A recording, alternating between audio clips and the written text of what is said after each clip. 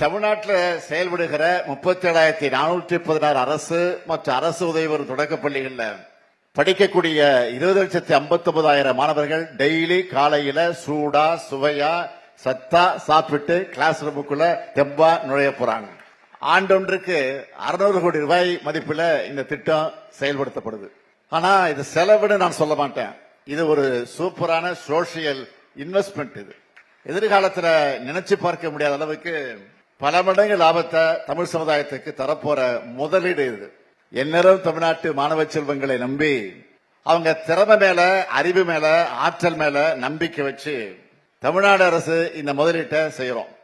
उसके लिए मैं बहुत बहुत बधाई देता हूं और congratulations. You already said that hungry children cannot learn. अगर बच्चा भूखा है तो उसमें सीखने की क्षमता कम हो जाती है. எங்க அம்மா காலையில 6 மணிக்கெல்லாம் ஏஞ்சி போயிடுவாங்க. நாங்க டெய்லியுமே சாப்பிடாம வருவோம். முதல்வர் ஐயா வந்து காலையில உணவு திட்டத்தை இது பண்ணதுக்கு அப்புறம் நாங்க நல்லா வயிற்று அடுக்க சாப்பிட்டுட்டு நல்லா என்ஜாய் பண்ணிட்டு இருக்கோம். எங்க அப்பா அம்மாலாம் வந்து கம்பெனிக்கு போறாங்க, சீக்கிரமாவே போயிடுவாங்க. அதனால எங்க அம்மா சாப்பாடு செஞ்சு வச்சுட்டு போக மாட்டாங்க. சில டைம் வந்து நைட்ல செஞ்ச சாப்பாடு தான் இருக்கும். இப்போ எங்க ஸ்கூல்ல வந்து காலை உணவு திட்டம் போட்டிருக்காங்க. அது எங்களுக்கு ரொம்ப சந்தோஷமா இருக்கு. என் ஃப்ரெண்ட்ஸு எல்லாம் நாங்கள் சாப்பிட்டோம். ரொம்ப சுவையாக இருந்துச்சு. கேசரி பொங்கல் போட்டாங்க, நல்லா இருந்துச்சு.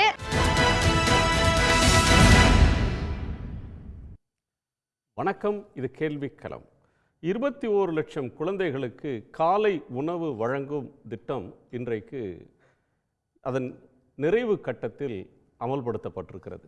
தேர்தல் அறிக்கையில் சொல்லாத வாக்குறுதி என்று திமுக பெருமைப்படுகிறது. இது தனது ஆட்சியின் சாதனை, பெருமை தரக்கூடிய ஒரு சமூக முதலீடு என்று முதலமைச்சர் திரு மு.க. ஸ்டாலின் சொல்கிறார். அதே வேளையில் எதிர்க்கட்சி தலைவர் திரு எடப்பாடி பழனிசாமி, பாமகவினுடைய தலைவர் திரு அன்புமணி ராமதாஸ் தேர்தல் வாக்குறுதிகளை திமுக நிறைவேற்றவில்லை என்று மக்கள் மன்றத்தில் பேசி வருகிறார்கள்.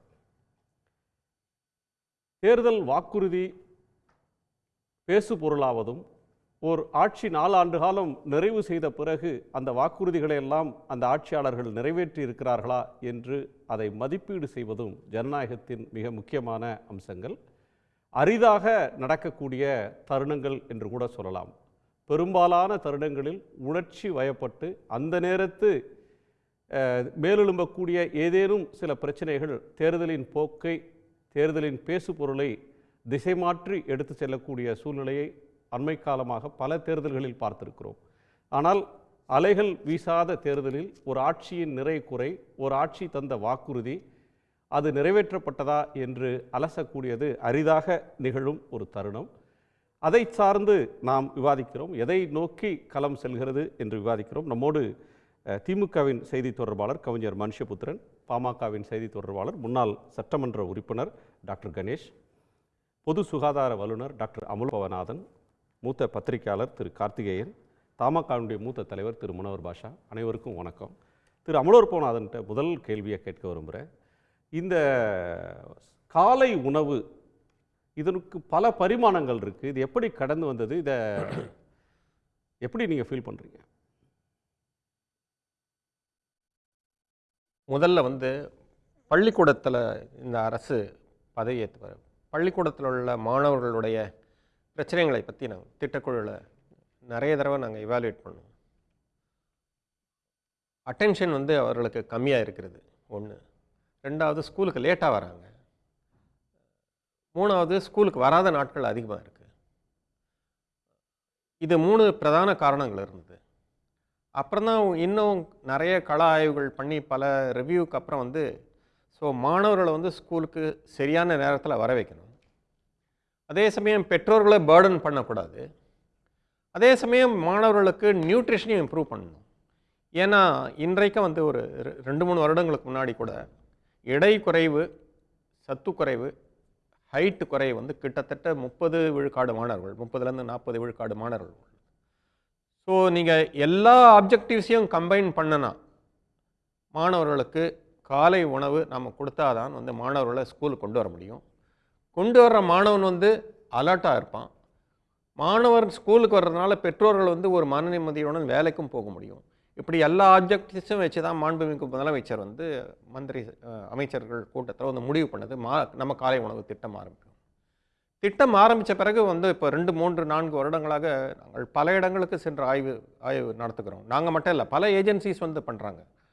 நான் பல பள்ளிக்கூடத்தில் சென்று, பல ரிமோட்டஸ்ட் ஏரியாவில் பள்ளிக்கூடத்தில் சென்று மாணவர்களோடு உட்காந்து சாப்பிட்ருக்கேன்.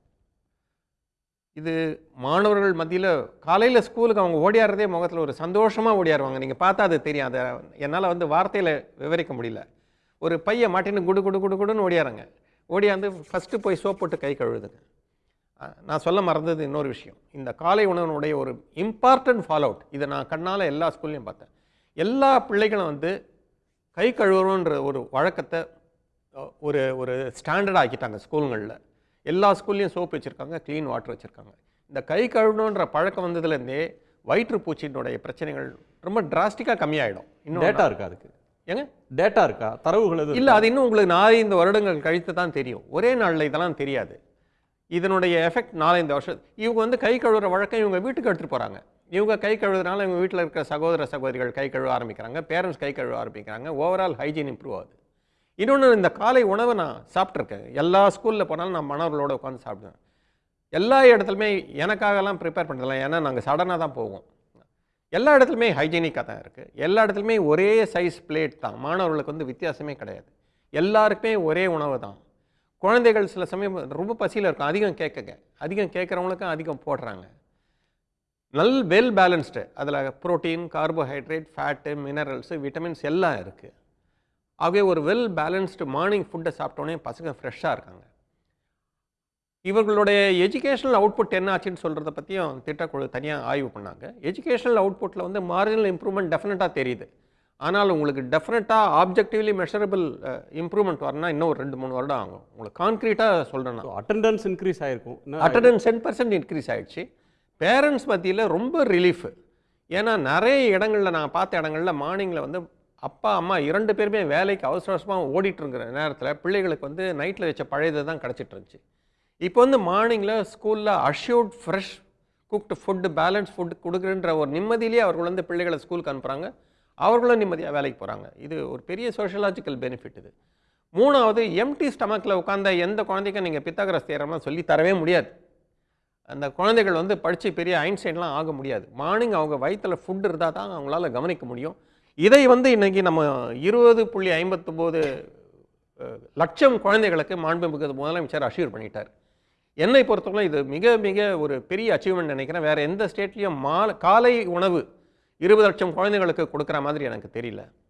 இது மிக மிக வரவேற்க தகுந்த முயற்சி. ஒரு மேசிவ் ஸ்கேல் அப்படின்ற மேசிவ் 20.59 lakhsன்றது massive numbers. Day after day fresh food. இது வரைக்கும் ஒரு ஃபுட் பாய்சனிங் கேள்விப்படல, ஒரு ஃபுட் கண்டாமினேஷன் கேள்விப்படல, ஒரு சிக்னஸ் கேள்விப்படல. இதெல்லாம் வந்து கிரேட் அச்சீவ்மெண்ட்ஸ் இதெல்லாம். ஓகே டாக்டர் கணேஷ், ஒன்று இந்த திட்டம் சார்ந்த உங்கள் பார்வை. அடுத்ததாக இன்னைக்கு டாக்டர் அன்புமணி அவர்கள் வந்து ஒரு ப்ரெஸ் மீட்டில் ஒரு அறிக்கையை தாக்கல் செய்திருக்கிறார். தேர்தல் அறிக்கையை ஆய்வு செஞ்சு என்ன செஞ்சுருக்காங்க செய்யலைன்னு. பாதி அளவு நிறைவேற்றிய வாக்குறுதி, நிறைவேற்றாத வாக்குறுதி, நிறைவேற்றிய வாக்குறுதின்னு ஒரு பட்டியலை போட்டிருக்கிறார். இந்த விமர்சனங்களை நீங்கள் எந்த அடிப்படையில் முன்வைக்கிறீங்க? இல்லை, முதல்ல அந்த காலை உணவு திட்டத்தின்படி சொல்ல வேண்டும் என்று சொன்னால், இந்த திட்டம் கொண்டு வந்த பொழுதே கூட எங்களுடைய தலைவரும் மருத்துவர் எங்களுடைய நிறுவனரும் இருவருமே இதை வந்து வரவேற்றார்கள். இப்படி ஒரு திட்டம் கொண்டு வருவது வந்து யாரும் குறை சொல்ல முடியாது. செயல்பாடுகளில் ஒரு சில குறைகள் ஆங்காங்கே அங்கே ஒன்றுமாக இருக்கலாம். ஆனால் திட்டம் என்று ஒரு ஆன் தி ஹோல் பார்க்கும்போது ஒரு வரவேற்கக்கூடிய ஒரு திட்டம் தான். அந்த திட்டத்தில் எந்தவித ஒரு மாற்று கருத்தும் இருக்க முடியாது. அது தொடர்ச்சியாக செயல்படுத்த வேண்டும் என்பது தான் எல்லாருடைய ஒரு ஆசையாகவும் ஆவலாகவும் இருக்குது. எங்களுடைய தலைவர் இன்றைக்கு அறிவித்த இந்த ஒரு நிலைப்பாடு என்னவென்று சொன்னால், தொடர்ச்சியாக இந்த அரசு வாக்குறுதிகளை கொடுத்து நிறைவேற்றிவிட்டோம் என்று மக்களை நம்ப வைத்து கொண்டிருந்த நேரத்தில் தெளிவுபடுத்த வேண்டிய இடத்தில் நாங்கள் இருந்து கொண்டிருக்கிறோம் என்று நாங்கள் நம்பிய காரணத்தினால் ஒரு ஆவணத்தை சரி செய்து அந்த ஆவணத்தை வெளியிடுகின்ற நிகழ்ச்சியாக இன்றைக்கி நாங்கள் வெளியிட்டிருக்கிறோம்.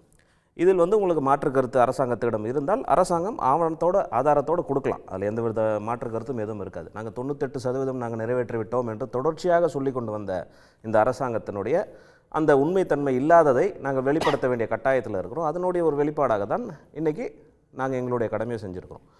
கிட்டத்தட்ட 13-14% வாக்குறுதிகள் தான் முழுமையாக நிறைவேற்றப்பட்டிருக்கக்கூடிய சூழ்நிலையில் 98% அது அத்தியாவசியமான சொன்ன முக்கியத்துவம் வாய்ந்த வாக்குறுதிகளை கூட நிறைவேற்ற முடியவில்லை. அரசு ஊழியர்களுக்கு எதுவும் செய்யப்படவில்லை. பேருந்து கட்டணம் எல்லாம் குறைக்கப்படும் என்று சொன்னார்கள், அது குறைக்கப்படவில்லை. மின் கட்டணம் வந்து மாதம் தோறும் வந்து கணக்கிடுவதை வந்து நாங்கள் கொண்டு வர முடியும்னு சொன்னாங்க. இதெல்லாம் வந்து ஏழை எளிய அடித்தட்டு மக்களை நம்ப வைத்து வாக்குகளை பெறுகின்ற ஒரு சூழ்நிலை. அதை செய்யவில்லை என்பதை தான் நாங்கள் வெளிப்படுத்தோம். பெண்களுக்கு இலவச பேருந்துலாம் கொடுத்துருக்காங்களே, சொன்னதை செய்திருக்காங்களே, அது சொல்லாததை செஞ்சது அவங்க புது ஸ்கீம். அது தேர்தல் அறிக்கையில் சொல்லாமல் இலவச பேருந்து கொண்டு வந்தது. 1000 ரூபாய் அனைவருக்கும் தருவோம்னு சொன்னாங்க. இவங்க அந்த இதுலேயே இருக்கும், அனைவருக்கும் அவங்க இன்றைக்கி வரைக்கும் கொடுக்கல. அதையும் நாங்கள் விமர்சனம் பண்ணலை.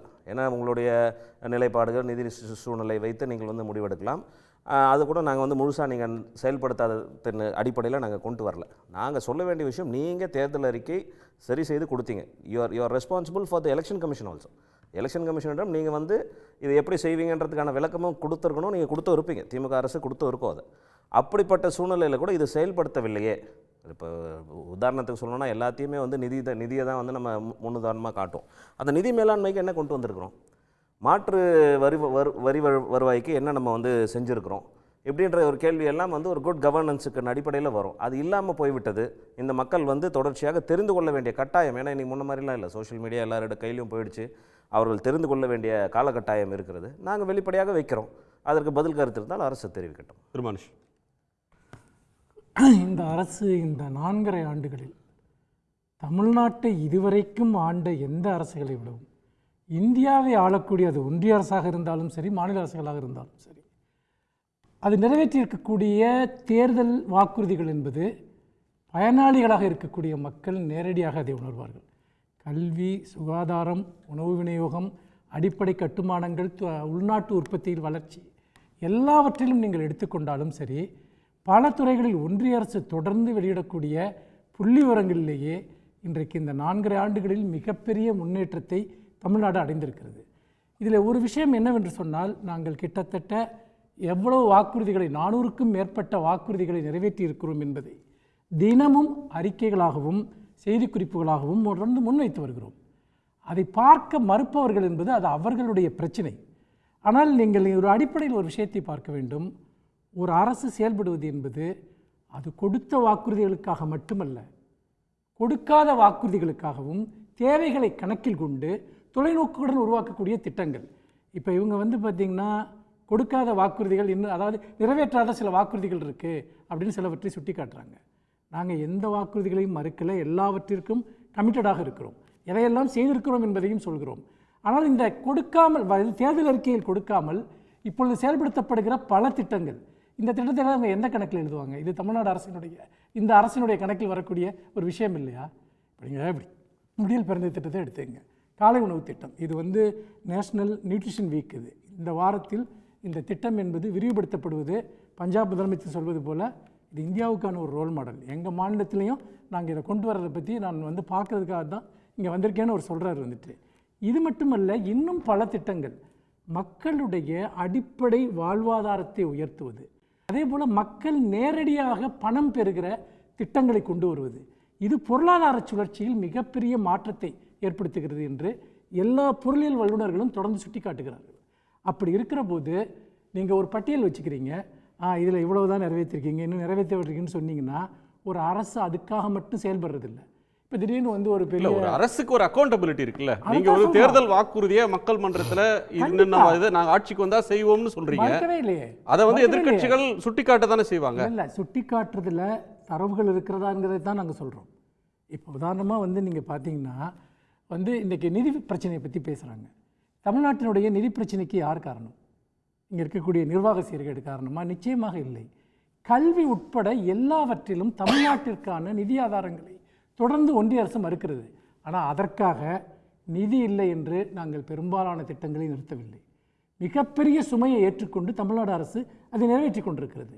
ஆனால் நீங்கள் யாரை கேள்வி கேட்க வேண்டும் என்று சொன்னால், ஒன்றியத்தில் ஒரு ஆட்சியை அமைத்து மக்களுக்கு கொடுத்த எந்த வாக்குறுதியையும் இப்போதல்ல கிட்டத்தட்ட 11 வருடங்களாக நிறைவேற்றாத எத்தனை ஒரு பட்டியல் போட்டு சொல்கிறோம். விவசாயிகளுடைய வருமானத்தை வந்து 2 மடங்கு ஆக்குவேன்னாங்க, என்னென்னவோ விஷயங்களை சொன்னாங்க. வந்துட்டு விலைவாசியை கட்டுப்படுத்துறது, பெட்ரோல் விலையை குறைக்கிறது. அப்போ என்னன்னு கேட்டேன்னா, மாநிலத்தில் இந்தியாங்கிறது தமிழ்நாடுங்கிறது இந்தியாவுக்குள்ளே தானே இருக்குது. நீங்கள் ஒன்றிய அரசு எதுவுமே கேட்க மாட்டீங்களா? ஒன்றிய அரசுக்கு எந்த அக்கௌண்டபிலிட்டியும் இல்லையா? எதிர்க்கட்சிகளுக்கு அது சார்ந்த பொறுப்புகள் கிடையாதா? சார், நீங்கள் ஒன்றிய அரசுக்கு நீங்கள் எதிர்க்கட்சி, அதனால நீங்கள் அவங்க குறைகளை சொல்கிறீங்க. ஆண்டுக்கு 2 கோடி வேலை வாய்ப்பு தருவோம், நீங்களே நீங்கள் தந்தீங்களான்னு கேட்குறீங்க. அது மாதிரி உங்களை எதிர்த்து அரசியல் செய்யக்கூடிய எதிர்க்கட்சியாக இருக்கக்கூடியவங்க கேட்பாங்க. நான் 2 விஷயம் கேட்கணும் சார். இப்போ கச்சத்தீவை மீட்போம், சென்னையில் வந்து உயர்நீதிமன்ற கிளையை அமைப்போம், அல்லது தமிழை வந்து ஒன்றிய ஆட்சி மொழியாக்குவோம், நீதிமன்ற மொழியாக்குவோம், திருக்குறளை தேசிய நூலாக்குவோம், இதெல்லாம் வந்து தொடர்ந்து நாம் சொல்லி வர்ற எல்லா கட்சிகளுடைய தேர்தல் அறிக்கையிலும் இடம்பெறக்கூடிய அம்சங்கள். அது வந்து எங்கள் வரம்புக்குள்ளே இல்லை, நாங்கள் கோரிக்கை வைக்கிற இடத்துல தான் இருக்கிறோம் அப்படின்னு சொல்லலாம். ஆனால் இப்போ நீங்கள் பல நாட்களில் பல இடங்களில் பார்த்தீங்கன்னா, நீங்கள் வந்து ஒப்பந்த தொழிலாளர்கள், இப்போ மின் வாரியத்தில் இருக்கலாம், பகுதி நேர ஆசிரியர்களாக இருக்கலாம், பகுதி நேர செவிலியர்கள், ஒப்பந்த செவிலியர்கள் இருப்பாங்க. இவங்களாம் திமுக ஆட்சிக்கு வந்தால் நம்மளை பணி நிரந்தரம் செய்திருவாங்கன்ற நம்பிக்கையில் ஓட்டு போட்டவங்க நிறைய பேர். அவங்க இன்னைக்கு வீதிக்கு வந்து போராடுறதை பார்க்குறோமே, எங்களுக்கு வாக்குறுதி கொடுத்தீங்க நீங்கள் செய்யலைன்னு சொல்கிறாங்களே. தொடர்ந்து அவர்களோடு பேச்சுவார்த்தை நடத்தப்பட்டு அவர்களுக்கான வாக்குறுதிகளை நிறைவேற்றுவதற்கான எல்லா முயற்சிகளும் எடுக்கப்பட்டு வருகிறது. யாருடைய கோரிக்கையும் இந்த அரசு நிறைவேற்றலை. இன்னும் சொல்லப்போனால் பழைய பென்ஷன் திட்டம் உட்பட இப்போ அதுக்காக ஒரு குழு அமைக்கப்பட்டிருக்கிறது. இது எல்லாமே தொடர்ந்து நிதி நிலைமை மட்டுமல்ல, இன்னும் பல காரணங்கள், அதாவது ஒன்றிய அரசு சார்ந்த காரணங்கள், இப்படி பல நெருக்கடிகளுக்கிடையே அதிகபட்சமாக எதையெல்லாம் செய்ய முடியுமோ அதை செய்து கொண்டிருக்கிறோம். நான் கேட்குற கேள்வி என்பது நாங்கள் எதிர்க்கட்சியாக இருக்கிறது மட்டும் கேட்கல. ஏன்னா ஒன்றிய அரசினுடைய எல்லா திட்டங்களும் தமிழ்நாட்டையும் பாதிக்கிறது. அது செய்ய தவறுகிற விஷயங்கள் தமிழ்நாட்டில் இருக்கிற அனைத்து தரப்பு மக்களையும் பாதிக்கிறது. ஆனால் ஒரு கேள்வி கூட ஏன் எங்களை தவிர அல்லது எங்களுடைய கூட்டணி கட்சி இருக்கிறவங்களை தவிர வேறு யாருமே கேட்குறது இல்லை. ஏன் தமிழ்நாட்டுக்கு இதை கொடுங்கன்னு ஏன் கேட்க மறுக்கிறீங்க? ஏன் தமிழ்நாட்டுக்கான இப்போ கவர்னர் வந்து இவ்வளோ தூரம் அத்துமீறி தலையீடு பண்ணுறாரு, ஒரு கல்விக்கு உரிய பணத்தை கூட நீங்கள் கொடுக்க மாட்டேங்கிறீங்க. இப்படி பல விஷயங்களை நாங்கள் கேட்குறப்போ இன்னும் ஒவ்வொரு துறை சார்ந்தும் ஒன்றிய அரசு நிறுத்தி வைக்கப்பட்டிருக்கக்கூடிய தொகை என்பது மிகப்பெரிய அளவில் இருக்கிறது. நாங்கள் வந்து திமுகவுக்காக அதை கேட்குறோம், நாங்கள் தமிழ்நாட்டுக்காக தானே கேட்குறோம். எங்களோடு சேர்ந்து அப்படி கேட்பதற்கு நீங்கள் ஏன் தயாராக இல்லை? ஏன் கேட்பதற்கு நீங்கள் மறுக்கிறீர்கள்? அப்படி என்றால் திமுகவை அரசியல் ரீதியாக நீங்கள் தாக்க வேண்டும் என்பதுதான் உங்கள் விருப்பமா? மக்கள் நலன்தான் உங்கள் நோக்கம் என்றால் ஒன்றிய அரசினுடைய இந்த பாரபட்சமான அணுகுமுறையின் காரணமாக தமிழ்நாடு அடையக்கூடிய பாதிப்புகளை பற்றி உங்களுக்கு எந்த கவலையும் கிடையாதா? நாங்கள் கொடுத்த எந்த வாக்குறுதியும் மறுக்கவில்லை. இன்னொன்று, திமுக ஆட்சிக்கு வந்ததுக்கப்போ அடுத்த மாதத்துலேருந்து ஆரம்பிச்சிட்டாங்க தேர்தல் வாக்குறுதிகள் நிறைவேற்றலைன்னு. நகைக்கடனை தள்ளுபடி பண்ணலைன்னு அடுத்த மாதத்துலேருந்து ஆரம்பித்தாங்க. நகைக்கடன் தள்ளுபடி பண்ணோன்னா அதோட விட்டுருவாங்க. இப்படி ஒவ்வொரு கோரிக்கையாக நிறைவேற்றுறப்ப இந்த லிஸ்ட்லேருந்து ஒன்றா போய்கிட்டே இருக்கும். ஆனால் ஒட்டுமொத்தமாக ஒரு பிக்சர் என்ன உருவாக்குறாங்கன்னா, எங்கள் தேர்தல் வாக்குறுதிகளை நிறைவேற்றவே இல்லைன்னு. இல்லை, அவங்க என்ன சொல்கிறாங்க, எல்லா வாக்குறுதியும் நாங்கள் நிறைவேற்றிட்டோம்னு ஒரு பிக்சரை நீங்கள் உருவாக்குறீங்க. ஒரு 5 ஆண்டு எதையுமே நிறைவேற்றலன்னு நாங்கள் சொல்கிறோன்றாங்க. இல்லை, நான் என்ன சொல்கிறேன்னா, நீங்கள் ஒரு பத்திரிகையாளராக நீங்கள் அதை எடுத்து பாருங்கள், என்னென்ன ஸ்கீம்ஸ் இப்போ வந்து நிறைவேற்றப்பட்டிருக்கு அப்படிங்கிறத எடுத்து பாருங்கள். அப்போ வந்துட்டு யார் சொல்கிறது உண்மைன்னு தெரியும். சரி, எனக்கு அதை விட ஒரு லார்ஜர் கொஷின் இருக்குது. ஒரு தேர்தல் வாக்குறுதி அப்படின்றது 5 ஆண்டுகளுக்குள்ள ஒரு அரசியல் கட்சியால் முழுமையாக நிறைவேற்றிட முடியுமா? பரந்த ஒரு ரிசோர்ஸ் இல்லாத ஒரு ஸ்டேட்டால் அவ்வளோ பெரிய வாக்குறுதிகளை ஏன் தர்றாங்க? 5 ஆண்டுக்குள்ளே நிறைவேற்ற முடியாதுன்ற நடைமுறை சாத்தியம் ஒரு பக்கம் இருந்தாலும் அதை ஏன் சொல்கிறாங்க? இல்லை, இப்போது ஒரு அடிப்படையில் ஒரு அரசுக்கு ஒரு நோக்கம் இருக்குது. இந்த தமிழ்நாடு அரசு தனித்து இயங்கக்கூடிய ஒரு அரசாக இல்லை. இப்போது நீங்கள் வந்து நம்முடைய திட்டக்க நிதிக்குழுவில் இருந்து எல்லாத்தையும் நீங்கள் எடுத்துங்க. இதற்கு முன்னால் இருந்த நிதி பங்கீட்டிற்கும் இப்பொழுது இருக்கிற நிதி பங்கீட்டிலும் எத்தனை அநீதிகள் மேற்கொள்ளப்படுகின்றன நீங்கள் பாருங்கள். அப்போது ஒரு தேர்தல் வாக்குறுதி கொடுக்குறோம். அப்போது நமக்கு வந்து இவ்வளவு ரிசோர்ஸ் இருக்குது, நம்ம ஒன்றியத்திலேருந்து வரக்கூடிய பணம் இவ்வளவு இருக்குது, தமிழ்நாட்டிலேருந்து உற்பத்தி ஆகக்கூடிய பணம் இவ்வளவு இருக்குது, இதிலிருந்து நம்ம திட்டங்களை நிறைவேற்றலாம் அப்படின்னு ஒரு கட்சி நம்புத அறிக்கை கொடுக்குது. ஆனால் தொடர்ந்து இடைவிடாத இடர்பாடுகளை, அதனுடைய நிதிநிலைமையின் மேல் ஒரு தாக்குதலை, ஒரு போரை ஒன்றிய அரசு தொடுக்கிற போது நீங்கள் அதை எப்படி மேனேஜ் பண்ணுவீங்க? அப்போது இதனுடைய பொறுப்பு என்பது ஒரு மாநில அரசிற்கு மட்டுமல்ல, நமக்கான அந்த நீதியை மறுக்கிற ஒன்றிய அரசிற்கும் இதிலே ஒரு மிகப்பெரிய பொறுப்பு இருக்குது. ஆனால் இதில் என்ன விஷயம் என்னன்னு கேட்டிங்கன்னா, ஒரு மாநிலத்தினுடைய 4.5 ஆண்டுகால ஆட்சியில் எந்தெந்த செக்ஷனோட மக்கள் வந்து பயன்பெற்றிருக்காங்க. இப்போ குழந்தைகள் பயன்பெற்றதை பற்றி நீங்கள் பார்க்குறீங்க. பெண்களுக்கான திட்டங்கள், மாணவ மாணவிகளுக்கு கொடுக்கப்படுற 1000 ரூபாய் திட்டம், அதே போல் வந்து பார்த்திங்கன்னா நிறைய பேர்த்துக்கு பட்டா கொடுக்கப்பட்டிருக்கிறது, நிலம் சார்ந்த விவசாய பட்டா கொடுக்கப்பட்டிருக்கு, லட்சக்கணக்கான பேர் வாங்கியிருக்காங்க. புதிதாக மின் இணைப்பு ஏராளமான விவசாயிகளுக்கு, லட்சக்கணக்கான விவசாயிகளுக்கு கொடுக்கப்பட்டிருக்கிறது. இது எல்லாமே பொய்யா, இது எல்லாமே கட்டுக்கதையா அப்படின்னா நீங்கள் ப்ரூவ் பண்ணுங்கள். அப்போது விவசாயிகள், தொழிலாளிகள், இப்போ இண்டஸ்ட்ரியல் டெவலப்மெண்ட், தொழில் வளர்ச்சியில் இன்றைக்கி தமிழ்நாடு இவ்வளவு இந்தியாவில் 2வது இடத்துக்கு வந்திருக்கு. இண்டஸ்ட்ரியல் டெவலப்மெண்ட்டோடைய அர்த்தம் என்ன? அங்கே வந்து வேலைவாய்ப்பு பெருகுது, அங்கே வந்து இளைஞர்கள் வேலை பெறுறாங்க, மக்களுடைய வாங்கும் சக்தி அதிகரிக்குது. இதெல்லாம் சேர்ந்தது தானே இண்டஸ்ட்ரியல் டெவலப்மெண்ட்டுங்கிறது. அப்போ என்னன்னு கேட்டிங்கன்னா, நீங்கள் ஒரு சில விஷயங்களை வந்து இன்னும் நிறைவேறலைங்கிறதுக்காக இவ்வளோ பெரிய லார்ஜர் அளவில் நடந்திருக்க மாற்றங்கள், இதை நாங்கள் சொல்லலை சார், இதை வந்து உலகளாவிய அளவில் இருக்க ஆய்வு நிறுவனங்கள் சொல்லுது, ஒன்றிய அரசு சொல்லுது. இப்போ இரட்டை இலக்க வளர்ச்சிக்கு நம்ம போகிறோம் இல்லையா, இரட்டை இலக்க வளர்ச்சியினுடைய பொருள் என்பது என்ன? அப்போது பொருளாதாரம் வளர்ச்சி அடைந்திருக்கிறது, உள்நாட்டு உற்பத்தி வளர்ச்சி அடைந்திருக்கிறது, அதன் வழியாக வாங்கும் சக்தியும் உற்பத்தியும் அதிகரித்திருக்கிறது, வேலைவாய்ப்பு பெருகி வருகிறது என்பதுதான் அதனுடைய பொருள். எந்த பொருளாதார அளவுகளை வச்சு வேணாலும் நீங்கள் அதை பாருங்கள். அப்படி பார்க்கிற போது இந்த விஷயத்தில் முழுக்க முழுக்க இந்த அரசு செய்த அனைத்தையும் மூடி மறைத்து விட்டு, அல்லது அது அப்படி ஒன்று நடக்கவில்லை என்பது போல ஒரு மிகப்பெரிய இந்திய சராசரியை தாண்டி எத்தனை துறைகள் இன்னைக்கு தமிழ்நாடு மேலே வந்திருக்கு. நீங்கள் ஒட்டுமொத்த இந்திய சராசரி எடுத்தீங்க. அதே போல் அதர் ஸ்டேட்ஸ், இப்போ ஊட்டச்சத்து பற்றாக்குறைங்கிற அடிப்படை விஷயத்தை எடுத்துக்கிட்டால் கூட பீகார், உத்தரப்பிரதேசம், எந்த மாநிலத்தை வேணாலும் எடுத்து பாருங்கள், அதோட வந்து தமிழ்நாட்டினுடைய குழந்தைகள் எவ்வளோ பெட்டராக இருக்காங்கன்றத ஆய்வுபூர்வமாக நிரூபிக்கப்பட்டிருக்கு. அப்போ இதெல்லாம் எந்த கணக்கில் எழுதுவீங்க? இதுக்கெல்லாம் நாங்கள் காரணம் இல்லையா? ஓகே, நான் அவரோட கருத்தை கேட்டு திரும்ப சொல்லுங்கள். கொடுக்கப்பட்ட வாக்குறுதிகளை வந்து நீங்கள் நியூமெரிக்கலாக இத்தனை நம்பர் நீங்கள் பண்ணீங்க, இத்தனை நம்பர் நீங்கள் பண்ணலன்றதை அனலைஸ் பண்ணுறது ஒரு வகை. இன்னொரு வகை வந்து நிறைவேற்றப்பட்ட வாக்குறுதிகளால் கடந்த 4 வருடங்களில் தமிழக மக்களுடைய வாழ்க்கை குவாலிட்டேட்டிவாக எவ்வளோ சேஞ்ச் ஆகிருக்கு, அவர்களுடைய வாழ்க்கை தரம் முன்னேறி இருக்கிறதா, எவ்வளோ தூரம் முன்னேறி இருக்குது, industrial progress, health, nutrition, education போன்ற வைட்டல் ஏரியாஸில் நாள்தோறும் மக்களுடைய வாழ்க்கையில் மாறுதல் ஏற்பட்டுள்ளதா, இந்த மாறுதல் வந்து நம்ம வரைகவே இருக்கிறோமா, இதுதான் கேள்வி. இப்படி தான் நம்ம வந்து நம்பர்ஸ் முக்கியம் இல்லை, 500 கொடுத்தீங்க, 540 கொடுத்தீங்க, அது முக்கியம் இல்லை, நிறைவேற்றினீங்களா அப்படின்னு அந்த எண்ணிக்கை முக்கியம் இல்லை, அது முக்கியம் இல்லை. அது வெறும் நியூமெரிக்கல் டிபேட்டுக்கு தான் உபயோகம் தவிர, நிறைவேற்றப்பட்ட எந்த கோர் டிமாண்ட்ஸ்னால, கோர் நீட்ஸ் வந்து மக்களுடைய கோர் நீட்ஸ் வந்து சாட்டிஸ்ஃபை பண்ணப்பட்டிருக்கிறதா, மக்களுடைய கோர் ரிக்குவயர்மெண்ட்ஸ் வந்து அரசாங்கம் ஒரு ரெஸ்பான்சிவாக பார்த்து ஃபுல்ஃபில் பண்ணியிருக்கா, இதுதான் பார்க்கணும். ஓகே, இப்போ சார் சொல்கிறதுல எனக்கு ஒரு சின்ன மாறுபட்ட கருத்து மட்டும்தான். அவர் சொல்கிறத நான் ஏற்றுக்கிறேன். அது வந்து அனலைஸ் பண்ண வேண்டியது அப்படி ஆன் தி ஹோல் அனலைஸ் பண்ணணும்னு. ஆன் தி ஹோல் அனலைஸ் பண்ணால் இந்த ஸ்கீம் வெற்றி பெற்றதா என்ற பெரிய கேள்விக்குறியாக தான் வரும். நியூட்ரிஷன் படி அதிகரித்திருக்குது, நல்ல சிற்றுண்டி, ஆனால் மாணவர்களுடைய சேர்க்கை விகிதம் குறைஞ்சு தானே இருக்குது, அதிகமாகலையே பள்ளியில். அது எதை போய் குறிக்கிறது அப்படின்றது. அது இண்டஸ்ட்ரீஸ் வந்துட்டால் மட்டுமே இண்டஸ்ட்ரியல் ரெவல்யூஷன் ஆகிடாது. எத்தனை சதவீதம் பேர் வேலைவாய்ப்புக்கு சென்றிருக்கிறார்கள்? தனியாரில் வந்து நாங்கள் வந்து 75% வேலைவாய்ப்பை உறுதி செய்வோம்னு சொன்னோம். இன்றைக்கி உறுதி செய்யப்பட்டு இருக்கிறதா என்பது ஒரு பெரிய கேள்வி. 3 லட்சம் வேலைவாய்ப்புகளை உருவாக்கும். இன்றைக்கி கிட்டத்தட்ட 60,000 70,000 நம்ம தாண்டலை. அப்படிலாம் இருக்கிறது ஒரு லார்ஜர் ப்ராஸ்பெக்டிவில் பார்த்தா இதோட ஆன்சர் தெரியும். பட் அது வந்து நம்ம டிபேட்டுன்னு எடுத்தால் it's very larger prospective debate. ஃபெயிலியராக தான் இருக்கணுன்றது தான் என்னோட. இப்போ ஒரு சின்ன விஷயம், இப்போ 4 முதல்வன் திட்டம் இருக்குது. அதாவது கல்லூரி படித்து வருகிற மாணவர்கள் இன்றைக்கு இருக்கக்கூடிய தொழில்துறை சார்ந்த புதிய தேவைகளுக்கேற்ப லட்சக்கணக்கான மாணவர்கள் இன்றைக்கி பயிற்றுவிக்கப்பட்டிருக்காங்க. அவங்க எல்லாமே தமிழ்நாட்டில் மட்டுமல்லாமல் இந்திய அளவில், உலக அளவில் மிகப்பெரிய வேலைவாய்ப்பை பெற்று வருகிறார்கள். அதாவது இன்னைக்கு இருக்க உலகத்தினுடைய தேவைகளுக்கேற்ப மாணவர்களுக்கு ஒரு செகண்ட் டைம் ஒரு எஜுகேஷனை வந்து இந்த அரசு வந்ததுக்கப்புறம் கொடுக்குறோம். இது வந்து பார்த்திங்கன்னா பயனற்றதுன்னு நீங்கள் சொல்லுவீங்களா? ஏஐ கூட எல்லா துறை சார்ந்தும் இந்த பயிற்சியை மாணவர்கள் இந்த எக்ஸ்போஷரை பெறுறாங்க. அப்போது நீங்கள் வந்து என்ன பண்ணுறீங்கன்னா, எங்கே நெகட்டிவ் பாயிண்ட் இருக்குன்னு பார்த்தீங்கன்னா, இப்போ வந்து இல்லம் தேடி கல்வி கொண்டு வந்தோம். ஸ்கூல் ட்ராப் அவுட்ஸை வந்து எவ்வளோ தூரம் தமிழ்நாட்டில் குறைச்சிருக்கோங்கிறது இங்கே எடுத்து பாருங்கள். ஸ்கூல் ட்ராப் அவுட்ஸுங்கிறது இன்றைக்கி, அதுவும் இந்த காலை உணவு திட்டம் வந்ததுக்கப்புறம் அது மிக மிக அளவுக்கு குறைஞ்சி போயிடுச்சு வந்துட்டு. ஏன்னா குழந்தைகள் சைல்டு லேபராகவோ இதாவோ காலையில் 7:30 8 மணிக்கெலாம் ஸ்கூல் ஸ்டார்ட் பண்ணிடுறாங்க. எந்த குழந்தையும் காலைல சாப்பிட்டு போகிறது கூட அதுக்கு அவகாசம் இல்லை. இது தொலைநோக்கு திட்டத்தோடு ஒரு அரசு பார்க்குறது. அப்போ இன்றைக்கி முதலமைச்சர் என்ன சொல்கிறாரு, இதுக்கு வந்து வருஷத்துக்கு 600 கோடி ரூபாய் செலவாகுது. இது செலவு கிடையாது, இன்வெஸ்ட்மெண்ட், ஹியூமன் ரிசோர்ஸ். மனித வளம் தான் ஒரு எதிர்காலத்தினுடைய ஒரு ஸ்டேட்டினுடைய வளர்ச்சிக்கு அடிப்படை.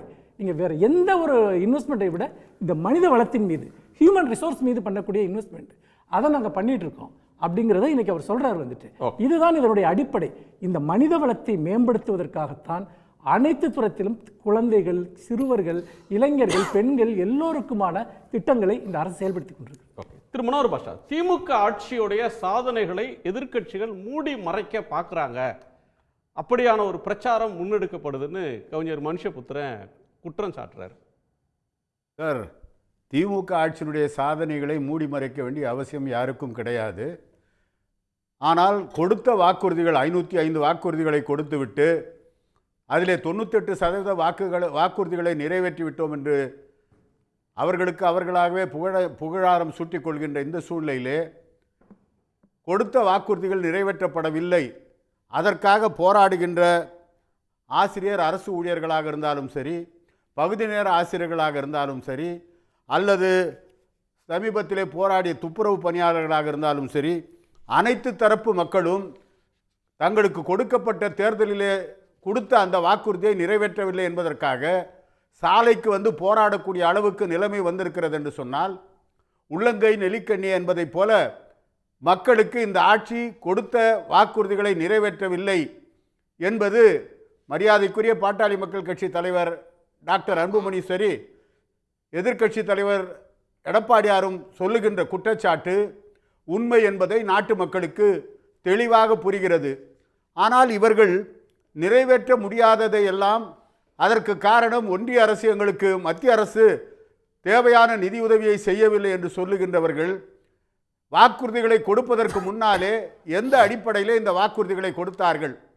நம்மிடம் ரிசோர்சஸ் இல்லை என்று தெரிந்திருக்கின்ற பொழுது நிறைவேற்ற முடியாத வாக்குறுதிகள், கல்வி கடனை ரத்து செய்வோம், மத்திய அரசாங்கம் தான் கல்வி கடனை ரத்து செய்ய முடியும், ஆனால் நாங்கள் ஆட்சிக்கு வந்தால் கல்வி கடன் ரத்து செய்யப்படும், பெட்ரோல் டீசல் விலை குறைக்கப்படும், அதைப்போல எரிவாயு சிலிண்டருக்கு 100 ரூபாய் மானியம் வழங்குவோம், இப்படி மின்கட்டணம் மாதம் ஒரு முறை கணக்கெடுக்கப்படும், இப்படிப்பட்ட வாக்குறுதிகளை அள்ளி கொடுத்துவிட்டு அதை நிறைவேற்றவில்லை என்று கேட்டால் ஆட்சியாளர்களின் சாதனைகளை மூடி மறைக்கிறோம் என்று சொல்லுகிறார்கள்.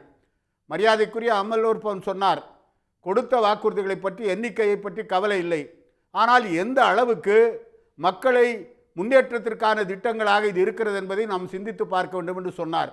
ஏதோ 4.5 ஆண்டுகளுக்குள்ளாகவே இத்தனையும் நடந்து விட்டதைப் போல ஒரு எண்ணத்தை உருவாக்க முயற்சிப்பது சரியாக இருக்காது. ஏனென்று சொன்னால் இந்த சத்துணவு திட்டமாக இருக்கட்டும் அல்லது காலை சிற்றுண்டியாக இருக்கட்டும், காமராஜர் மதிய உணவு கொண்டு வந்த காலத்தில் இன்றைக்கு வரையிலும் காமராஜருடைய பெருமை பேசப்படுது. எம்ஜிஆர் அவர்களுடைய சத்துணவு திட்டம் இன்றைக்கு வரையிலும் பேசப்படுது. தமிழ்நாட்டுடைய முன்னேற்றத்தில் மிக முக்கிய பங்கு வகிச்ச திட்டங்கள் அது.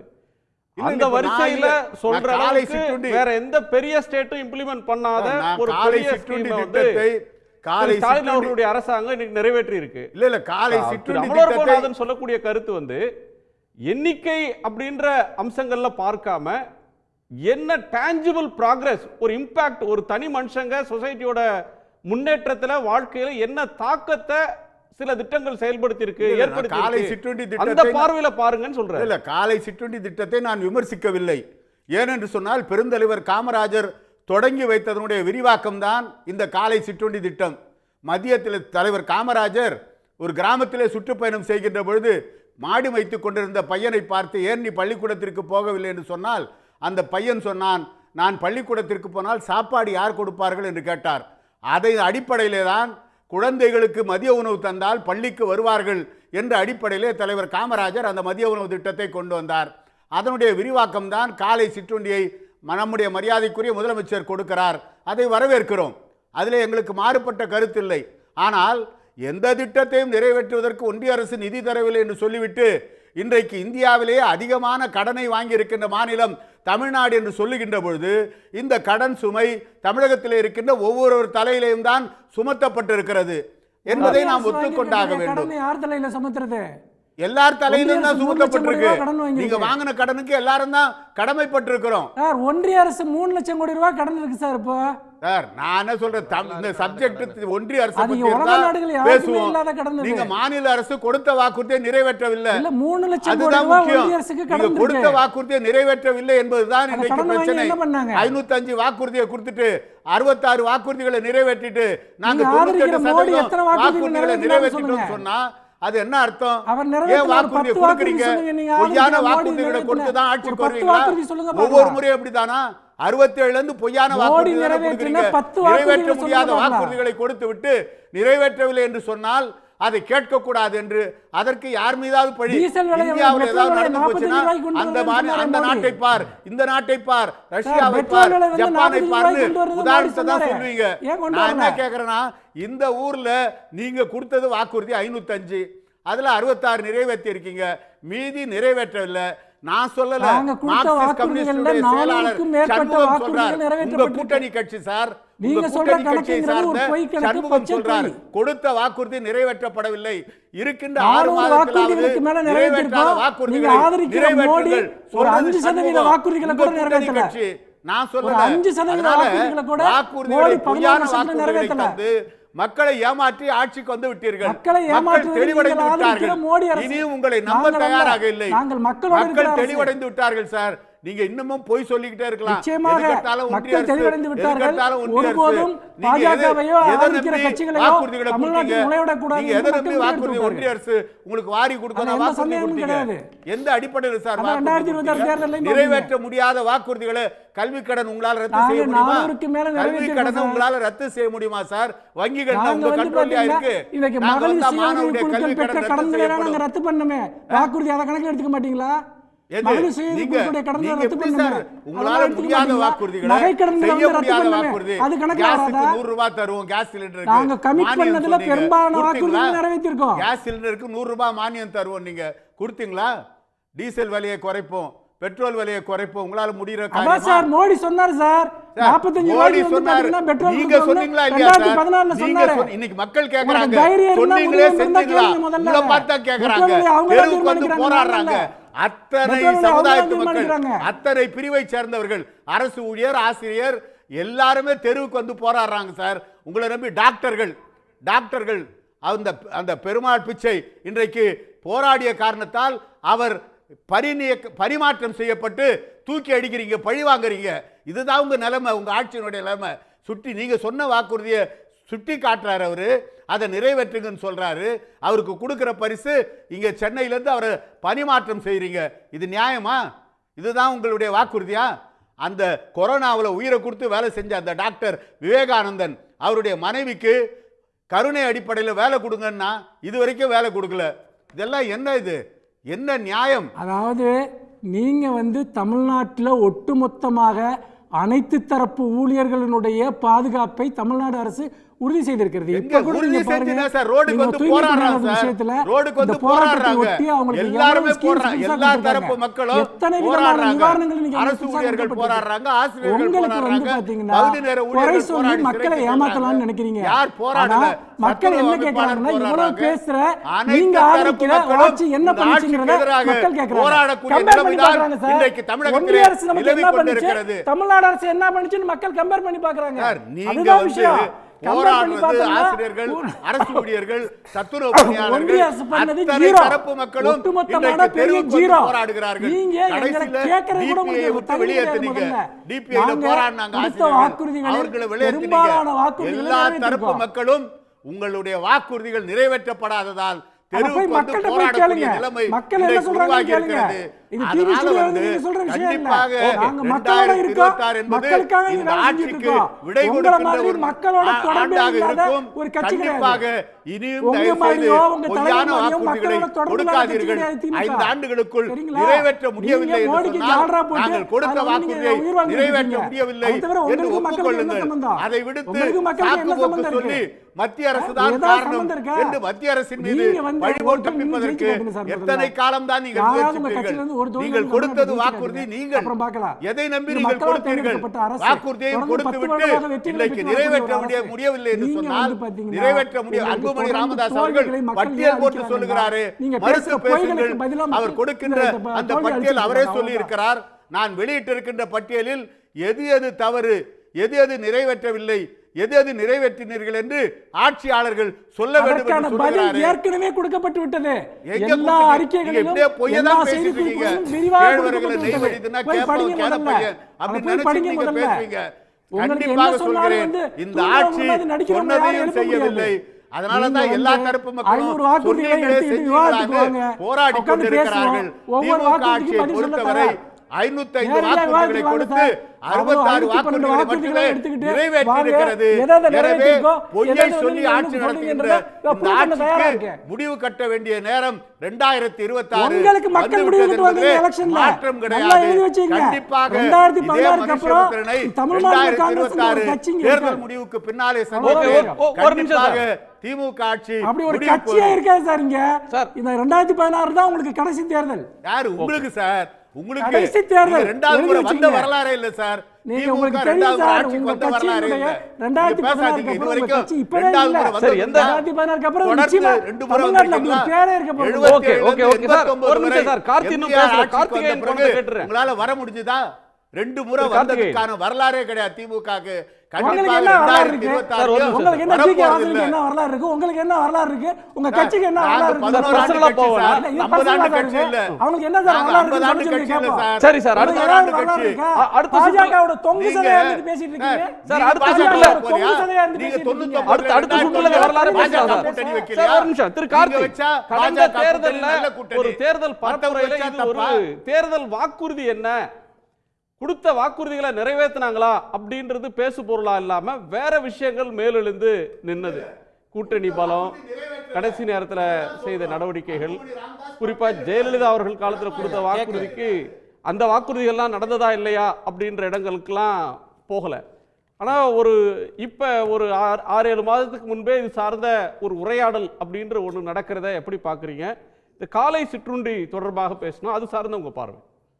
இல்லை, இந்த ஆளும் கட்சி வந்து நாங்கள் இவ்வளவு செய்து விட்டோம்னு சொல்வதும், இல்லை எதிர்க்கட்சி சார்பாக 66 இல்லை 126 இல்லை அது என்ன எண்ணிக்கையோ அவர்கள் ஒரு விமர்சனம் வைப்பது என்பதே அதுக்கான விடை என்பது 2026 தேர்தலில் மக்கள் அளிப்பார்கள். அது பரஸ்பரம் 2 பேரும் வந்து வைக்கக்கூடிய குற்றச்சாட்டுகள், அது அரசியல் விமர்சனங்கள் 2 பேரும் மாற்றி மாற்றி அவங்க பதில் சொல்லிக்கட்டும். ஆனால் வந்து இப்போ இந்த திட்டத்தை பொறுத்தவரை, ஃபஸ்ட்டு அந்த திட்டத்துக்கு வந்துடுறேன். இந்த திட்டத்தை பொறுத்தவரை எனக்கு தெரிந்து 13,000 கோடி செலவு செய்து ஆண்டுக்கு மகளிருக்கு 1000 ரூபாய் உரிமை தொகை கொடுக்கக்கூடிய கலைஞர் மகளிர் உரிமை தொகை திட்டத்தை விட ஸ்டாலின் அவர்களுடைய பெயர் சொல்லக்கூடிய, வருங்காலத்தில் பெயர் சொல்லக்கூடிய திட்டமாக இருக்கக்கூடியது இந்த சீஃப் மினிஸ்டர்ஸ் பிரேக்ஃபாஸ்ட் ஸ்கீமாகத்தான் இருக்கும்னு நினைக்கிறேன். அவர் சரியான ஒரு வார்த்தை பிரயோகம் தான் செஞ்சிருக்காரு. இது ஒரு சோஷியல் இன்வெஸ்ட்மெண்ட். நிச்சயமாக எதிர்கால தலைமுறை வந்து அவர்களுடைய நலன் கருதி, அவர்களுடைய வந்து வளர்ச்சியை கருதி, இல்லை முன்னேற்றத்தை கருதி கொண்டு வரப்பட்டிருக்கிற ஒரு திட்டம். அந்த திட்டமும் வந்து குடும்பங்களுக்கு தான் போகும், அதில் இருக்கக்கூடிய குழந்தைகளுக்கு போகும் என்றாலும் கூட நேரடியாக அடுத்த ஒரு தலைமுறைக்கான ஒரு விதையை வந்து தூவக்கூடிய ஒரு திட்டமாகத்தான் இந்த சிஎம் பிரேக்ஃபாஸ்ட் ஸ்கீமை அவர் பேர் சொல்லக்கூடிய திட்டமாக நிச்சயமாக இதுதான் இருக்கும். எப்படி கலைஞருக்கோ இல்லை அம்மையார் ஜெயலலிதாவோ, எம்ஜிஆர், காமராஜர், இவர்கள் பல்வேறு தலைவர்களுக்கு ஆண்ட முதலமைச்சர் ஒவ்வொருக்கும் ஒரு திட்டம் இருப்பது போல முதலமைச்சர் ஸ்டாலின் அவர்கள் பெயர் சொல்லக்கூடிய திட்டமாக இந்த சிஎம் பிரேக்ஃபாஸ்ட் ஸ்கீம் திட்டம் நிச்சயமாக இருக்கும். அதை தாண்டி வந்து இப்போ நீங்கள் இந்த பல்வேறு விமர்சனங்கள் வைக்கப்படுகிறது. ஆனால் இந்த கடந்த 4 ஆண்டுகளில் ஸ்டாலின் அவர்களுடைய ஆட்சியை வந்து நம்ம வந்து எடுத்து ஒரு ஆடிட் செய்து பார்த்தால், இந்த திட்டங்களை தீட்டுவது என்பதே இல்லை, இந்த திட்டங்களுடைய என்ன பெர்ஸ்பெக்டிவில் இந்த திட்டங்கள் தீட்டப்பட்டிருக்குன்றது தான் ரொம்ப அதிமுக்கியம். அதில் வந்து குறிப்பாக மாணவர்கள், கல்வி, இளைஞர்கள் சார்ந்த திட்டம் மற்றும் சுகாதாரம் மற்றும் பொதுவான சமூக வளர்ச்சிக்கான திட்டங்கள், இதை எடுத்து பார்க்கணும். ஒரு காலத்தில் வந்து ஒரு 50 ஆண்டுகளுக்கு முன்பு பெண்களுக்கு திருமணம் செய்து வைக்க வேண்டும் என்பது ஒரு பிரதான எதிர்பார்ப்பாக இருந்தது. அதற்காக அரசு தலையிட வேண்டியிருந்தது, தாலி கொடுக்க வேண்டியிருந்தது. அந்த நிலையை மாற்றி இன்று வந்து கல்விதான் வந்து மக்களுக்கான அத்தியாவசிய தேவை, அதுதான் இந்த வளர்ச்சியை நோக்கி மக்களை வந்து இட்டு செல்லும் அப்படின்ற ஒரு பார்வையில் அந்த திட்டத்தையே வந்து ரொம்ப ஒரு ரெவல்யூஷனைஸ் பண்ணி மாதம் ஒரு 1000 ரூபாய் கொடுக்கிறோம், நீங்கள் உயர்கல்விக்கு வாருங்கள் என்று திருமணம் செய்யக்கூடிய நிலைக்கு தள்ளக்கூடிய பெண்களை, அதாவது 18லிருந்து 20 வயதுக்கு வந்து திருமணம் செய்ய வந்து அதற்காக வந்து ஏழ்மை நிலையில் இருக்கக்கூடிய, சமூகத்தில் வந்து விளிம்பு நிலையில் இருக்கக்கூடிய பெண்கள், அந்த குடும்பத்தில் இருக்கக்கூடிய பெண்கள் திருமணத்திற்கு போகாமல் அவர்களை உயர்கல்வியை நோக்கி கல்லூரிகளுக்கு இழுத்துட்டு வரக்கூடிய அந்த திட்டமாக ஒரு புதுமை பெண் திட்டத்தை கொண்டு வந்தார் இல்லையா? உண்மையிலேயே அது ஒரு பெரிய ஒரு ரெவல்யூஷனரி ஸ்கீம். அதைத்தான் நாம் பார்க்க வேண்டும். ஒரு விஷனரி ஃபோர்சைட்டோட வந்து திட்டங்கள் தீட்டப்படுகிறது. நாங்கள் வந்து தாலிக்கு வந்து காசு கொடுக்க வேண்டிய அவசியம் இல்லை, கல்லூரிக்கு வாருங்கள், நீங்களே வந்து பயின்று கொள்ளுங்கள், உங்களுக்கான வேலை வாய்ப்பை உருவாக்குவதற்கு, உங்களை எம்ப்ளாயபிலிட்டி இன்க்ரீஸ் பண்ணுறதுக்கு அதற்கு அடுத்தபடியாக நான் முதல்வன் திட்டம், அதில் ஏஐ ஆகட்டும், ரோபோட்டிக்ஸ் ஆகட்டும், 27 லட்சம் மாணவர்களை வந்து பயிற்சி அளித்து அவர்களுக்கு அதில் குறைந்தபட்சம் ஒரு 1.5 லட்சம் பேருக்கு வேலையும் உறுதி செய்யப்பட்டிருக்கு.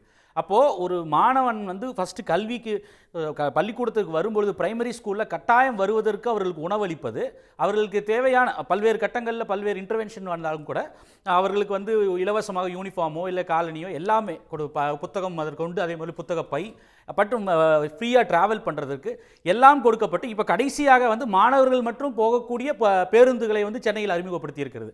அப்போது ஃபஸ்ட்டு பள்ளிக்கு வர வைப்பது, அடுத்தபடியாக அந்த பள்ளிக்கு வரக்கூடிய மாணவனை எப்படியாவது வந்து மாணவன் மாணவியை வந்து உயர்கல்விக்கு கொண்டு போவதற்கு ஒரு புதுமை பெண் திட்டம், தமிழ் புதல்வன் திட்டம், அவரை எம்ப்ளாயபிளாக மாற்றுவதற்கு அடுத்த கட்டமாக வந்து நான் முதல்வன் திட்டம்.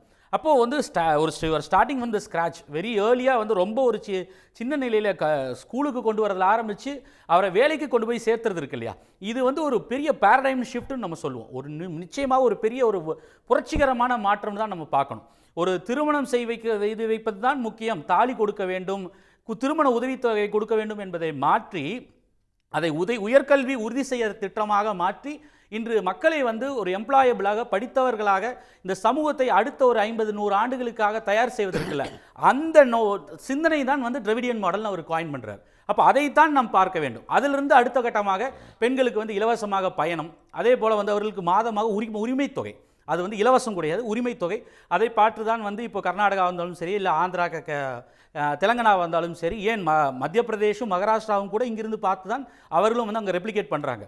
அப்போது ஒவ்வொரு கட்டத்திலையும் ஒவ்வொரு செக்மெண்ட்டாக பிரித்து அதே போல் இன்று வந்து வயதானவர்களுக்கு இல்லை வந்து டிஃப்ரெண்ட்லி ஏபிள்டாக இருக்கக்கூடியவர்களுக்கு, ஊனமுற்றவர்கள், அவர்களுக்கும் சேர்த்து வந்து இப்போது தாய்மானவர் திட்டம் என்று பார்த்து கொடுப்பது இருக்குல்ல, வீடு போய் வந்து ரேஷன் டெலிவர் பண்ணுறது, அப்படி ஒவ்வொரு திட்டமாக தொடர்ந்து ஒரு செக்ஷனாக பிரித்து எடுத்து அவர்களுக்கான திட்டங்களை தீட்டுவது இருக்குல்ல.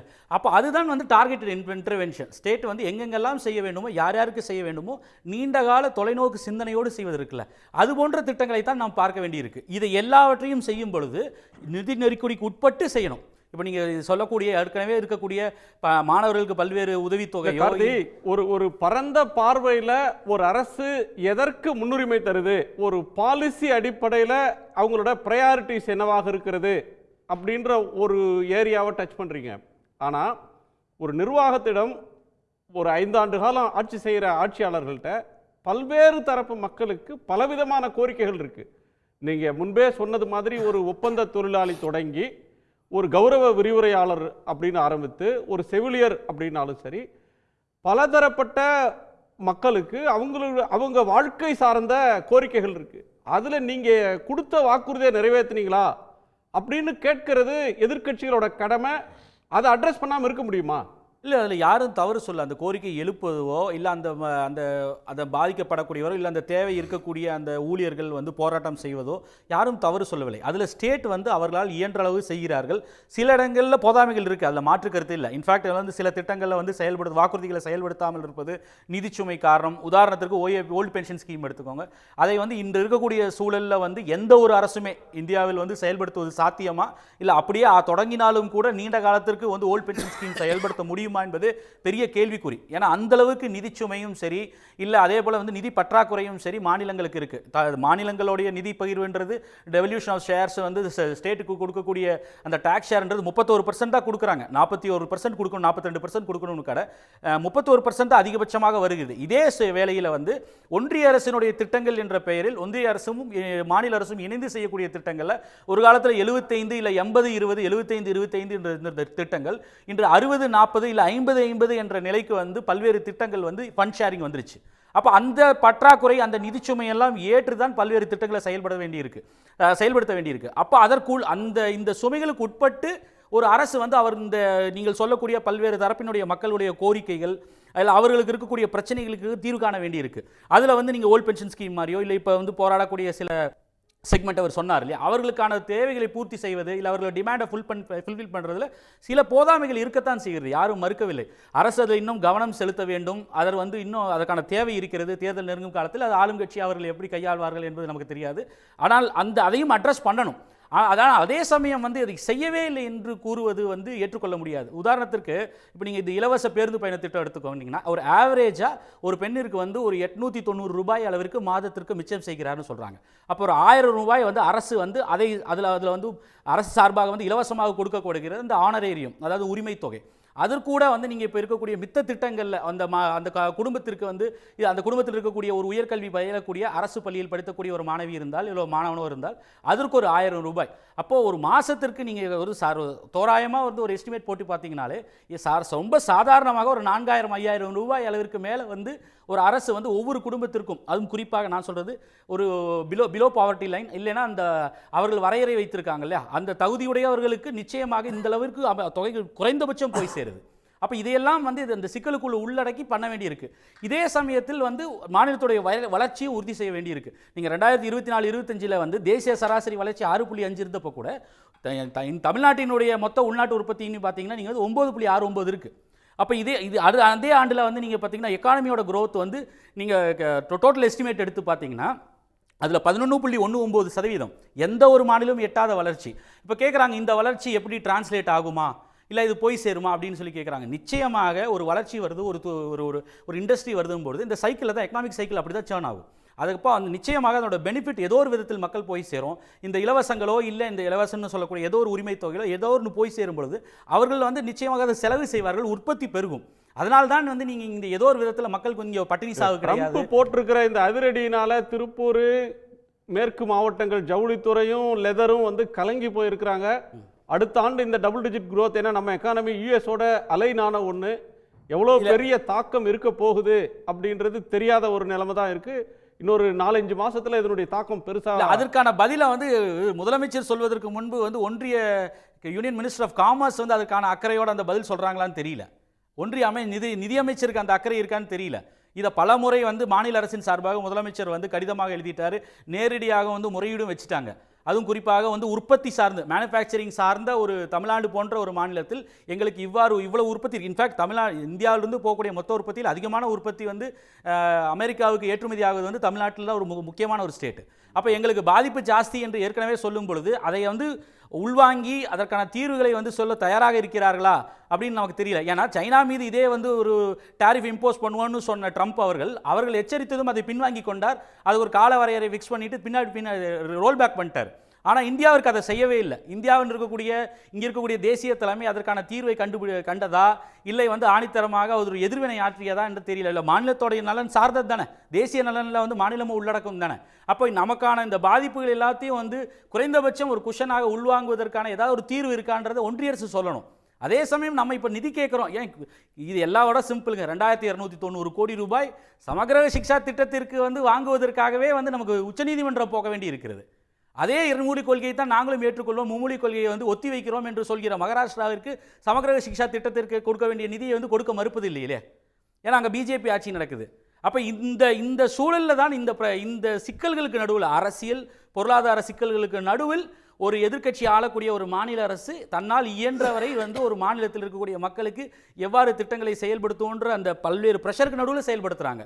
அதையும் நம்ம உள்வாங்கி கொண்டு தான் வந்து ஒரு இந்த விஷயத்தை அணுகணும்னு நான் நினைக்கிறேன். ஓகே, திரு மனோகர் பாஷா, கார்த்தி சொன்னதுல ஒரு கோணம் வந்து ஒரு அரசாங்கத்தோட முன்னுரிமையாக எது இருக்கு அப்படின்ற ஒன்றை பார்க்கணும். வருங்கால தலைமுறைக்கான ஒரு அவங்களை எம்பவர் பண்ற ஒரு விஷயம், அதற்கான முதலீடு அப்படின்ற முன்னுரிமை தான் இந்த ஆட்சியில் தரப்பட்டிருக்குதுன்னு சொன்ன இன்னொரு பார்ட் வந்து நேரடி பயனாளிகள். முதலமைச்சர் கூட சில நாட்களுக்கு முன்னாடி சொல்லியிருந்தார், 51 மாசத்துல மகளிர் பயணம் செய்த மகளிருக்கு ஒருவருக்கு 50,000 ரூபா அளவுக்கு சேமிப்பு வந்திருக்கு அப்படின்னு சொல்லியிருக்காரு. இந்த நேரடி பயனாளிகளை நோக்கி தரக்கூடிய இந்த திட்டம் வந்து மக்களுக்கும் பலன், ஆட்சிக்கும் நற்பெயர் அப்படின்ற ஒரு கோணத்தை சொல்றாரு சார். அதாவது அந்த திட்டங்களையெல்லாம் நாங்கள் குறை சொல்லலை. இது வந்து சொல்லப்படாத திட்டம், ஆனால் நிறைவேற்றி இருக்கிறார்கள். ஆனால் அதே நேரத்தில் தேர்தலுக்கென்று கொடுக்கின்ற வாக்குறுதிகள் என்பது நிறைவேற்றப்பட வேண்டும். 5 ஆண்டுகளுக்குள் நிறைவேற்றப்படக்கூடிய வாக்குறுதிகளாக கொடுக்க வேண்டும். அப்படி நிறைவேற்ற முடியாத வாக்குறுதிகளாக இருந்தால் கொடுக்காமலே இருக்க வேண்டும்.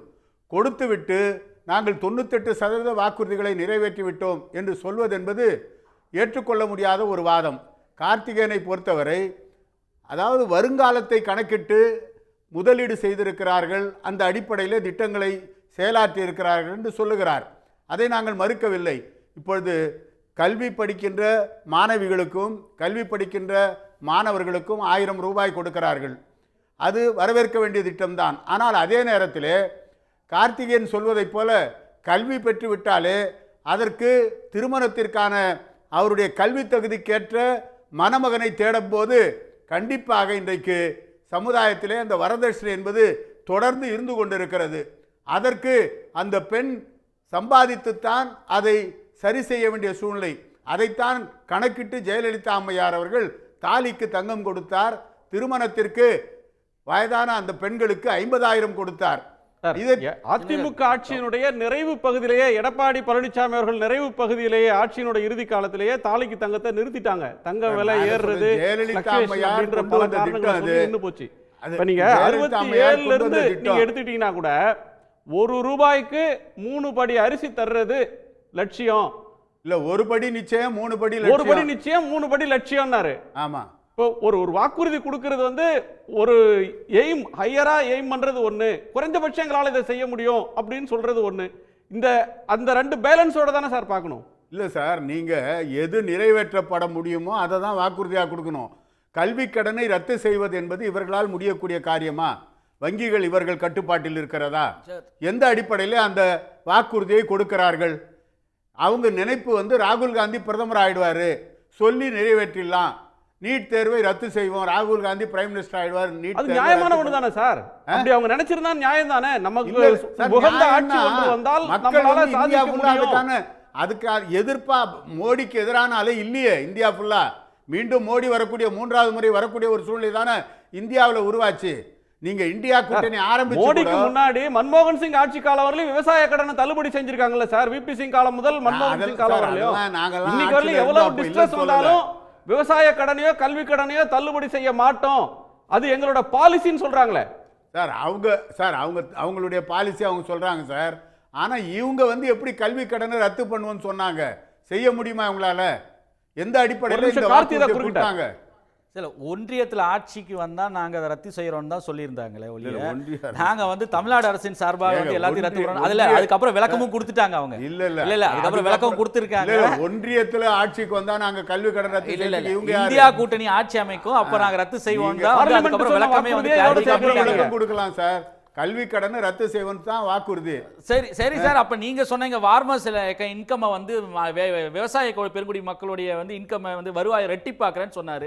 அதுக்கு வந்து இந்தியாவினுடைய வந்து இல்ல அதுக்கு மானியம் தரமே சார் விவசாயிகளுக்கு. சார் அது போய் சார், அது மானியம் கொடுக்கறேன்னு சொல்லல, ரெட்டிப்பாக்குறேன்னு சொன்னாங்க. ரெட்டிப்பாக்குறோம்னா இன்னைக்கு இந்தியா இருக்கக்கூடிய ஜிடிபி growth குறைந்தபட்சம் வந்து 50% மேல வந்து வளரணும். நீங்க அதுல என்ன அடிப்படையில வந்து 6 வருஷத்துக்கு முன்னாடி வாக்குறுதி கொடுத்தாரு? கணக்குல மானியம் அனுப்பி அதுக்கெல்லாம் கேட்டது இந்த 15 லட்சம் ரூபாய் கொடுக்கறான்னு சொன்னதுக்கு அப்புறம் இது கேட்டதுக்கு இல்ல நாங்க சும்மா அடிச்சு விட்டோம் தேர்தலுக்காகன்னு அதே மாதிரி தான் நீங்களும் சொன்னீங்கன்னு சொல்றீங்களா? நான் சொல்றேன், நீங்க அங்க கேட்க மாட்டேன்றீங்களே இதெல்லாம். சார் நாங்க வந்து நன்றி சார். அந்த கட்சியோட ரெண்டு பேரோட நிறைவு கருத்தா எடுத்துக்கிறேன். மனுஷுக்கு நிறைவு பார்வை இல்ல. அதாவது இவங்க என்ன நினைக்கிறாங்க அப்படின்னா, ஒரு லிஸ்ட்டை போட்டு காட்டிட்டு நீங்கள் இதெல்லாம் நிறைவேற்றிருக்கீங்க, இதெல்லாம் நிறைவேற்றலை, அதனால் மக்கள் உங்களுக்கு எதிராக இருக்காங்கன்னு இவங்க நம்ப விரும்புகிறாங்க. ஆனால் நம்ம ஒவ்வொரு ஸ்கீமாக எடுத்து சொன்னோன்னா மனோகர் பாட்சா என்ன பண்ணுறாரு, நான் அதை வரவேற்கிறேன், அதை ஏற்றுக்கிறேன், அது நல்ல திட்டங்கிறாரு. இந்த திட்டங்களோட பெனிஃபிஷரியாக இருக்கக்கூடிய மக்கள் இருக்காங்கல்ல, அவங்க யாருக்கு சார் ஓட்டு போடுவாங்க? சார் ஒரு நல்ல திட்டத்தை எதிர்க்கட்சியா இருக்கிறதுனால விமர்சிக்கணும்னு இல்லையே, ஒரு மக்கள்கிட்ட நல்லது நடக்குது. அது இல்லை, இவங்க பேசுறதே என் பாயிண்ட் இல்லை சார். அதாவது இவங்க பேசுறது இல்லை என் பாயிண்ட். இதனுடைய பயனாளிகளுடைய மனநிலை இருக்கு இல்லையா, அது தேர்தலில் எப்படி ரிஃப்ளெக்ட் ஆகும்? இதுதான் என்னுடைய கேள்வி. அப்படி பார்க்குறப்போ மாதம் 1000 ரூபாய் பெறக்கூடிய மாணவ மாணவிகள், மாதம் 1000 ரூபாய் பெறக்கூடிய மகளிர், அதே போல் விடியல் பேருந்து திட்டத்தில் பயணம் செய்யக்கூடியவங்க, நான் முதல்வர் திட்டத்தில் பயன்பெற்ற மாணவர்கள், ஒரு பெரிய லிஸ்ட்டு சொல்கிறேன், காலை உணவு திட்டத்தில் பயன்பெற்ற குழந்தைகளினுடைய பெற்றோர், இவங்க எல்லாருமே திமுக வந்து பார்த்தீங்கன்னா வாக்குறுதியில் வந்து 400 தான் நிறைவேற்றிச்சு, இன்னும் 100 பாக்கி இருக்குது அப்படின்னு சொல்லிட்டு பிஜேபிக்கு போய் ஓட்டு போடுவாங்களா? இல்லை கடந்த காலத்தில் எந்த வாக்குறுதியுமே நிறைவேற்றாத அதிமுக ஓட்டு போடுவாங்களா? இப்போது இவ்வளவு பெனிஃபிட் மக்கள் பெற்றிருக்காங்கன்னா அவங்க எந்த அரசை தேர்ந்தெடுப்பாங்க? இப்போ உங்களுடைய ஸ்டாலின் திட்டத்தை எடுத்துங்க, ஒரே ஒரு வார்த்தை, உங்களுடைய ஸ்டாலின் திட்டத்தை எடுத்துங்க.